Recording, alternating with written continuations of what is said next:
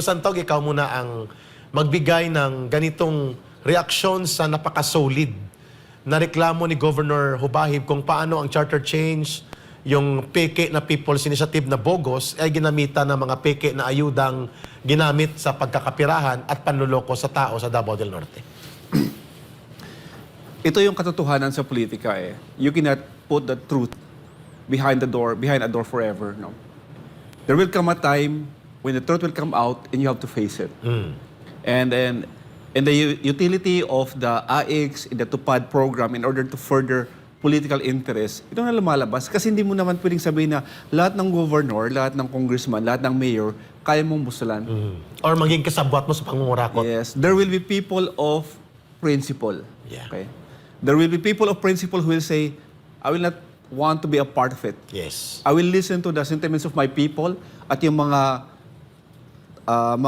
constituent ko na kumuha ng 5,000, pumirma ng 5,000 at kinuha na ng 4,000 na iwan sa kanilang 1,000. I will not allow that to happen in my watch. Yes. Because there will always be people of principle.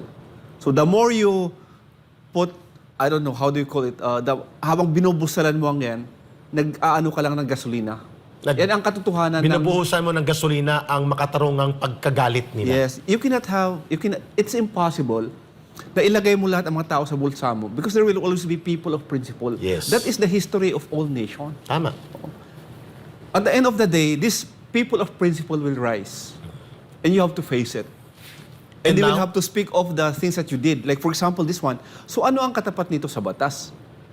Kung ang mga amount na pinagkukuha mo, aabot yan ng 50 million and above, that is plunder. That is a non-billable offense. Dapat that kasuhan. is punishable by life imprisonment. Life imprisonment. So ibig sabihin, comes the time when they are no longer in power and the people in power will see to it na, sige, you have to face music or you have to face the music of justice.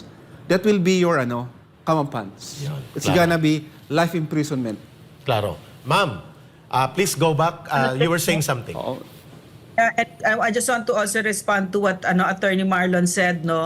Yung hindi mo mababayaran lahat kasi ang nakikita ko dito ngayon na maliwanag, itong mga nakaupo ngayon, they're just leading in character. Kung ano yung buhay nila, kung ano yung ginawa nila buong buhay nila. No matter if they've been there in politics for 3 decades, 4 decades, kung ano sila ngayon, yun ang ginawa nila sa Pilipino. In other words, hindi sila marunong magsilbi. Tama. Ang alam lang nila, bayad ng bayad ng bayad, nakaw ng nakaw ng nakaw. Hindi sila, it's really, yung sinabi ni PRRD, wala kayong alam. Totoo yun. Kitang-kita natin.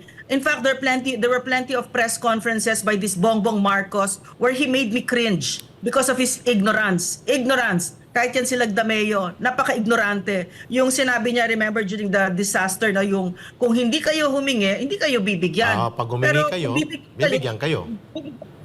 And then sinegundo siya naman itong si Marcos. Oo, kasi dapat talaga local government muna at hihingi kayo ng tulong sa national bago kami gagalaw. Imagine that? Talaga, seryoso ka? Diba? So it's gross incompetence. So anyway, can I just tell that story ha? There was an old man, kasi yung kinuwento ni Eric, we're not talking about a handful of people na ninakawan ng gobyernong ito. Hindi sila handful. We're talking about droves, thousands upon thousands na there was an old man, binigyan siya ng 10,000. Yes. No, sa AIC. So nag-sign siya. Sinign niya, no? Tapos paglabas niya, kinukuha sa kanya 9,000. Tapos nagmamakaawa siya, wag naman, kasi gamot ko ito, para sa gamot ko ito. Correct. And then, hindi siya tinantanan. Kinuha pa din yung 9,000 niya. Tapos dahil doon, ang sama-sama ng loob niya, the man died. Alam mo, itong mga taong ito, wala talagang puso sa mahihirap ito mga tangay ng mga ito, mga baka ng mga ito. Imagine to be able to do that, 'di ba? To be able to do that to a poor person na hawak na niya yung pera at para sa gamot niya. Anong klase kang tao, 'di ba, na kaya mong gawin 'yan? Yes. And we're not talking about 1 or 2 or 3. We're talking about droves. They did it to the poorest of the poor. Kasi pagpunta kang AIX, ibig sabihin talaga mahirap ka. No, so kahit yung pang tuition kinuha yung 5,000 na parang scholarship ko, no, 4,000 binabawas. Magsa-sign lang sila para merong liquidation, 'di ba?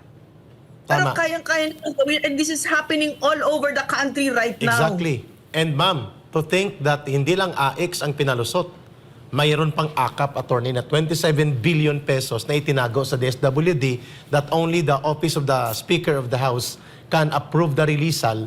At ito'y ginamit din, cash assistance, dinoble na sa AX. Ayun nga sinasabi ni Ma'am Noreen, naging 10,000. AX, mayroon pang pangkalamity sa El Nino, dami.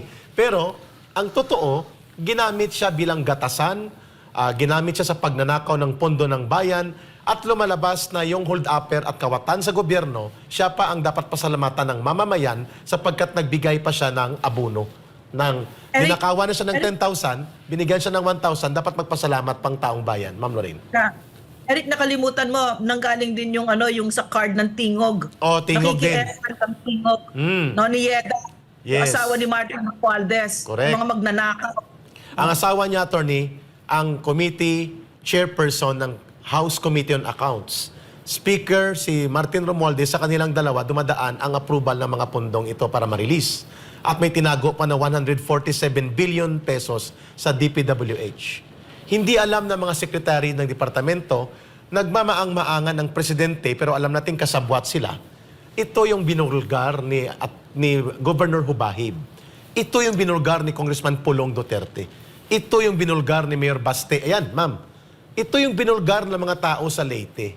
Similar stories ng mga paggamit ng ayuda. Binulgar din ito sa Mindoro kung paano ginamit sa mga mangyan ang ayuda na ito, pero ang napupunta sa kanila, wala pang 10%, 90% ninanakaw.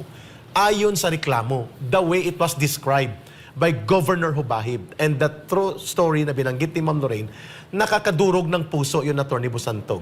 Nagmamakaawa yung matanda. Mula doon sa iting sa bayan ng Santo Tomas, Davao del Norte, ito man nangyari.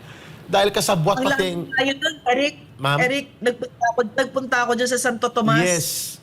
Ang layo niyan. Correct. Isa na yan siguro sa pinakamalayong naakyat ko, bundok yan. Ang layo. So, bumiyahe yung matandang yan ng malayo. Nakita niyo ba yung ginagawa sa mahihirap? Hindi nila naiintindihan ang kahirapan. Hindi nila naiintindihan. Pag dinakawan mo ang mahihirap, grabe awang-awayan sa sarili nila. Talagang dinemoralize mo sila, talagang inapakan mo sila. So, puwera pa sa burden, the burden of poverty, you're asking them to bear the burden of your heartlessness, of your cruelty, of your greed.